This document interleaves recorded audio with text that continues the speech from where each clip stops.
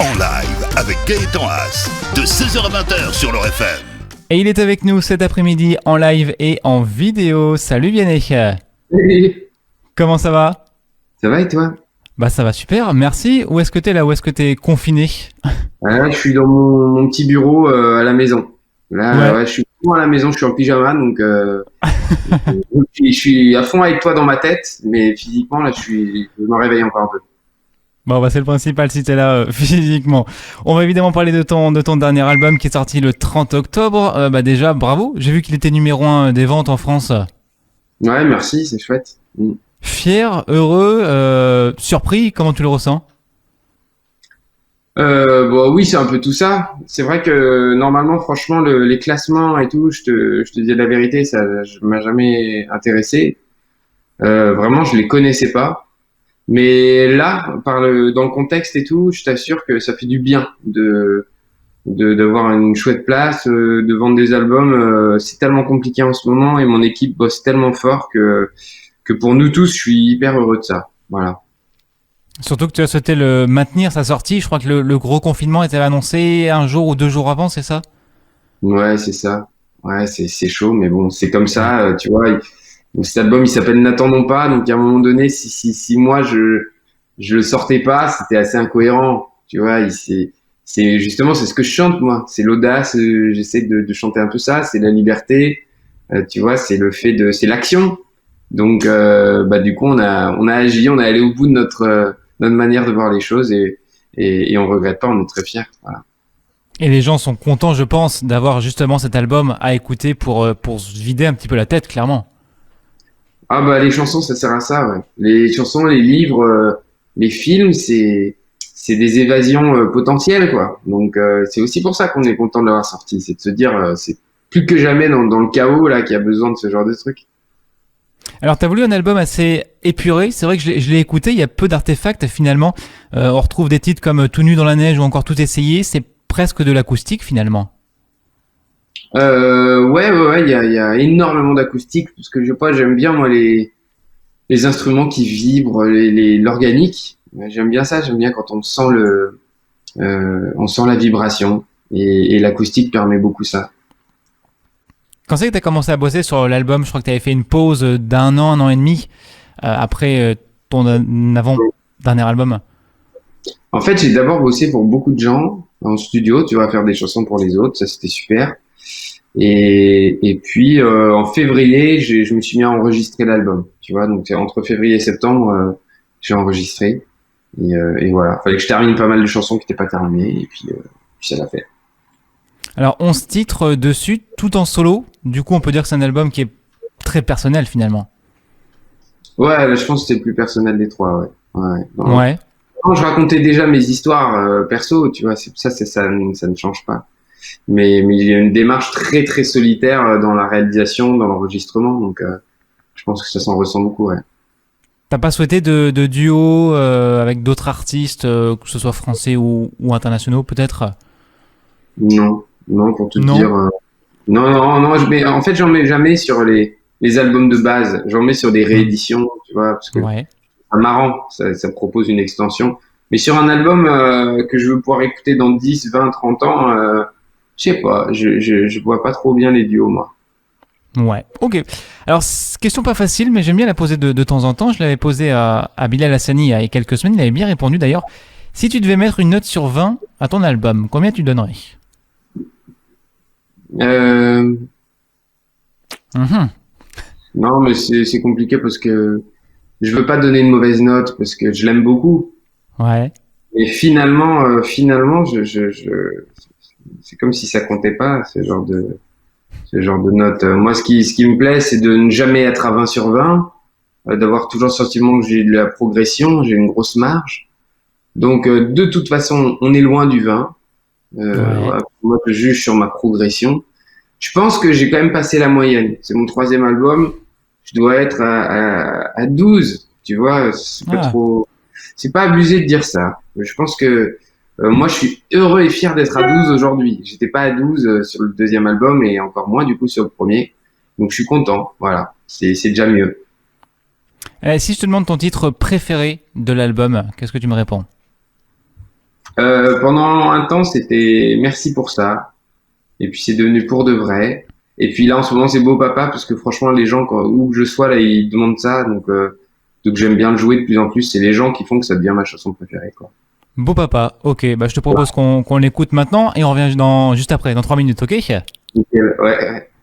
Eva Vianney est avec nous cet après-midi en live et en vidéo. Venez nous rejoindre, venez nous voir sur la page Facebook officielle Beurre FM. En live avec Gaëtan Haas, de 16h à 20h sur Beurre FM. Vianney est avec nous cet après-midi en live et en vidéo. Alors, on parlait de ton dernier album, N'attendons pas. Est-ce qu'il y a toujours une crainte qu'un nouvel album soit jugé moins bon que les précédents par tes fans? Ah oui, le regard des gens qui me suivent, c'est sûr que ça compte beaucoup. Voilà, je suis pas semblant.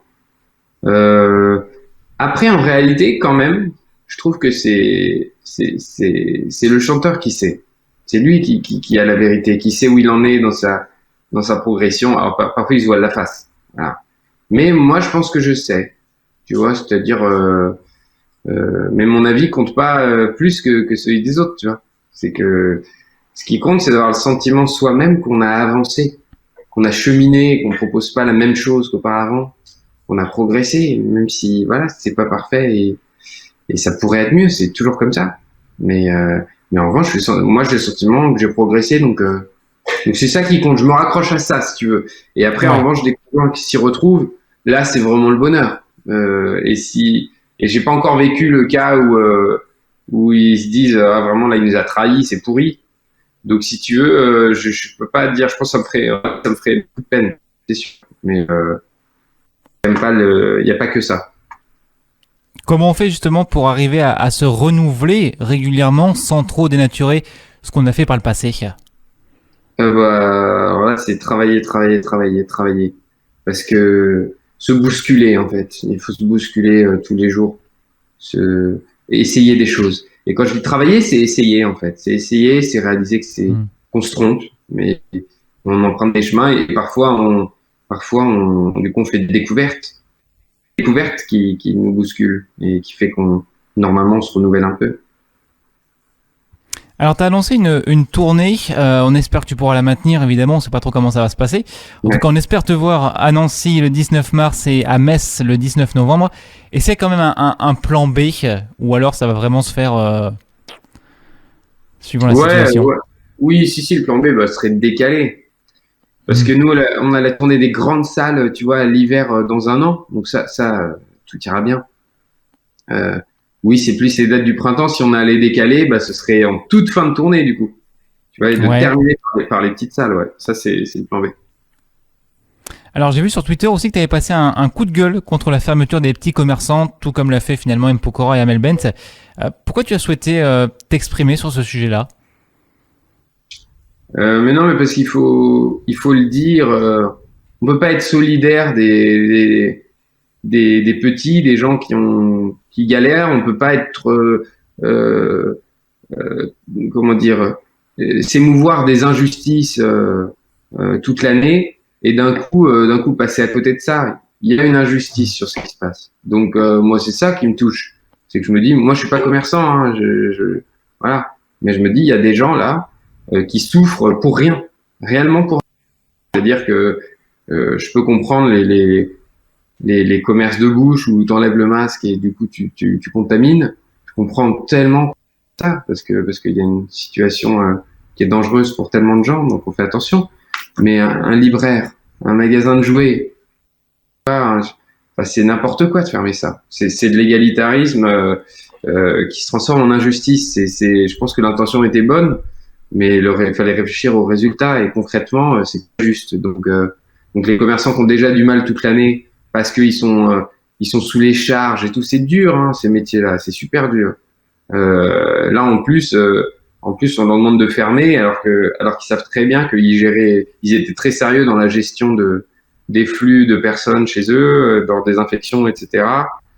Donc voilà, j'ai mal pour eux, c'est tout. C'est vrai que c'est peut-être, je pense, plus pour le symbole de fermer, parce que finalement, on le sait, dans une librairie ou autre, il n'y a pas des millions de personnes, tout le monde se protège. Il y a sûrement moins de risques que dans un centre commercial ou autre. Mais carrément. Non mais là, de toute façon, justement, c'est ce symbole, c'est dramatique. Parce que même dans les centres commerciaux, d'ouvrir le rayon pâtes, mais pas le rayon livres, ça, c'est la demande d'un syndicat de libraires. Hein. Donc, il y a aussi un dysfonctionnement. Le gouvernement n'est pas assez courageux pour prendre les bonnes décisions. Et à côté de ça, il y a un syndicat qui oublie qu'un libraire, bah, c'est un lecteur à la base. Et ce qu'il veut, c'est juste lire. Et donc, s'il y a des livres, même que dans un centre commercial, ben, c'est déjà bien. Et du coup, on va pas fermer tout le monde par égalitarisme. C'est du coup entraîner tout le monde dans la chute. C'est un peu dommage. Faut penser aux lecteurs aussi, aux gens qui s'évadent, surtout en ce moment, grâce aux livres, aux albums, aux DVD, aux jeux vidéo. Enfin, tout ça, c'est important. Moi, je pense que tout ça, faut le prendre en compte, quoi. Bah, on espère en tout cas que ça ira mieux dans les prochains jours, les prochaines semaines. Si on enlève le côté artiste, le côté professionnel, toi en tant qu'être humain, comment tu l'as vécu cette année 2020 ?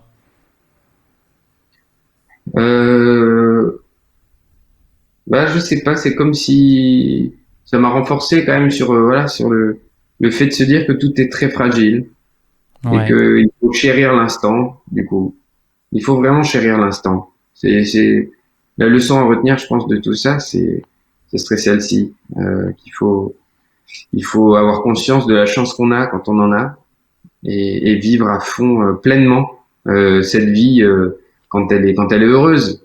Voilà. Et ouais, ça nous fait un peu réaliser tout ça, je crois.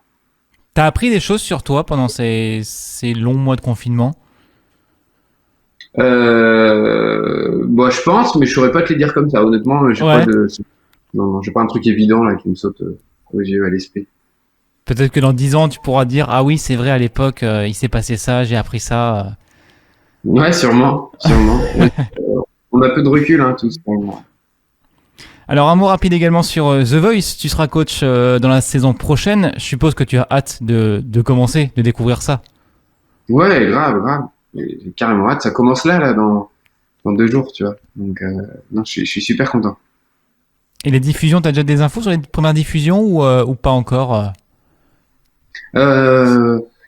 Non, je sais même pas. C'est vrai que peut-être si je demande, je peux savoir, mais je me suis même pas posé la question. De toute façon, il me semble que c'est printemps prochain, il me semble, ou début d'été prochain, mais en tout cas, on va vite découvrir ça sur TF1. Eh ben, écoute, Vianney, en 30 secondes pour conclure, je te laisse la parole libre pour dire ce que tu veux à tous les Lorrains, à tous les Lorraines qui t'écoutent et qui te regardent en ce moment. Bah, les Lorrains, les Lorraines, il y a un moment où on va de nouveau faire la fête. On va se retrouver, on va se serrer, on va chanter, on n'aura pas de masque, ce sera le bonheur. On va redevenir vivant et je veux juste vous dire que à ce moment-là, moi je serai chez vous. Voilà, je viendrai vous voir et ça me fera trop plaisir. Voilà, vous me manquez. Et on espère que ça sera le plus vite possible. On croise les doigts en tout cas. Merci Vianney. À plus. Merci à toi. Ciao. Ciao. En live avec Gaëtan Haas, de 16h à 20h sur leur FM.